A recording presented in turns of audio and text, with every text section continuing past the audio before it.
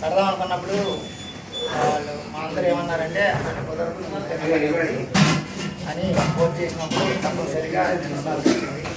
అప్పుడు నేను సార్తో చర్చించినప్పుడు ఎట్లుంది సార్ పరిస్థితి, ఏం చేద్దామనంటే అప్పుడు అన్నారు ఏంటి పరిస్థితి అన్నారు. అక్కడైతే సరైన క్యాండిడేట్ లేదు సార్, మరి మనం ఉండకపోతే పని అయ్యేట్లేదు అని చెప్పినప్పుడు సార్ ఒకటే మాట్లాడుతున్నారు, లోకల్ బాడీ ఎలక్షన్, ఈ ఎలక్షన్కి పార్టీ సంబంధం లేదు, ఎవరైనా నిలబడచ్చు అని అన్నప్పుడు సార్ ఇచ్చిన సలహాతో నేను మూవ్ అవ్వడం జరిగింది.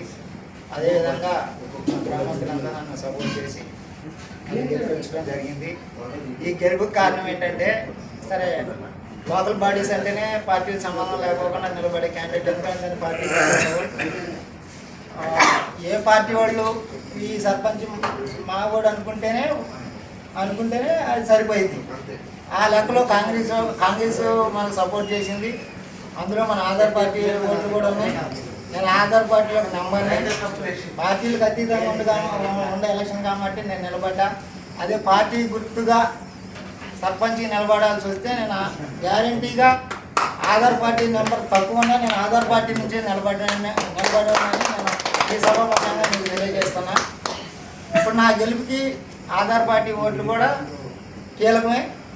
నేను గెలిచింది 30 ఓట్లతోని.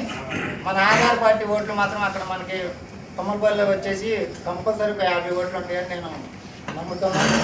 అంటే ఆ ఓట్లతోనే నేను గెలిచినాను అనుకుంటున్నా. ఈ అవకాశాన్ని నేను ఎంతో సంతోషంగా స్వీకరించుతున్నా. తర్వాత మన అనుసరులు చెప్పుకొచ్చారు, మాకు ఆధార్ పార్టీలోకి వస్తే ఏంటి, మా పార్టీ ఏమి ఇచ్చిందంటే, మన పార్టీ వేరే కాంగ్రెస్లో కానీ బీజేపీలో కానీ టీఆర్ఎస్లో కానీ ఒక ఎమ్మెల్యేగా నిలబడాలంటే కోట్ల రూపాయలు వాళ్ళకి కట్టాలి. కానీ మన ఆధార్ పార్టీ రూపాయలు లేకపోకుండా మనకు బీఫామ్ ఇస్తుంది. ఆధార్ పార్టీ మనకి జనాలకి ఇచ్చే అదృష్టమే అది. వేరే పార్టీలు ఏందే మనం ఇస్తున్నాం.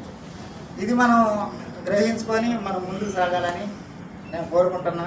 అదేవిధంగా మనం ఈ పార్టీలో పెట్టుబడి పెట్టేది ఏంటంటే, మనం మీటింగ్ జరిగినప్పుడు ఆ రోజు టైం కేటాయించి టయానికి వచ్చి మన మీటింగ్ ఏంటో చూసుకొని వెళ్ళాలని నేను కోరుకుంటున్నా.